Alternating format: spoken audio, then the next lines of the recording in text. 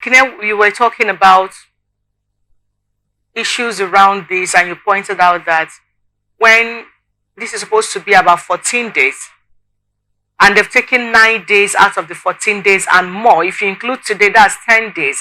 It means that the party have just about 4 days to file their petition, and they are yet to get the CTC-Copy. We saw this play out in Rivers State during the governorship election. Why do you think INEC continue to put themselves in such a debased form where people begin to question everything that they do? Well, just like the 714 days I referred was particularly with respect to the period within which INEC must provide certain documents applied for by any applicant. But to approach the tribunal, I think it's about 21 days or thereabout for any candidate who is dissatisfied with the outcome of an election, within which to prepare his materials and, of course, his processes and file in the registry of the tribunal. But then for INEC, it's only unfortunate that we experience all of this. That after elections, we hit, like you just mentioned, in Rivers State and now in Imo State, it does appear that it has become a strategy for the commission to probably delay provide materials for those who are dissatisfied.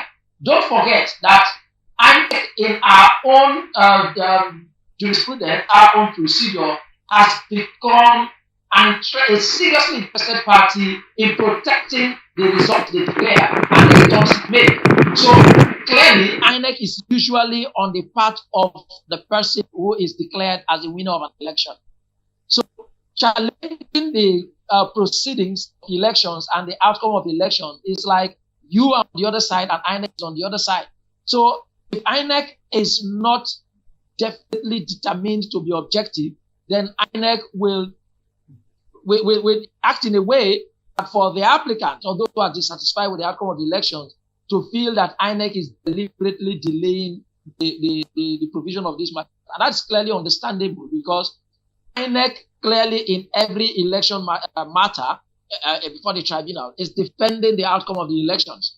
So if there's anything they would do to even frustrate the applicants or the petitioners, that as it may be, they would always do. Otherwise, it's not conceivable that upon application of the certified true copy of relevant documents for a party and a candidate to approach the tribunals or anything delayed.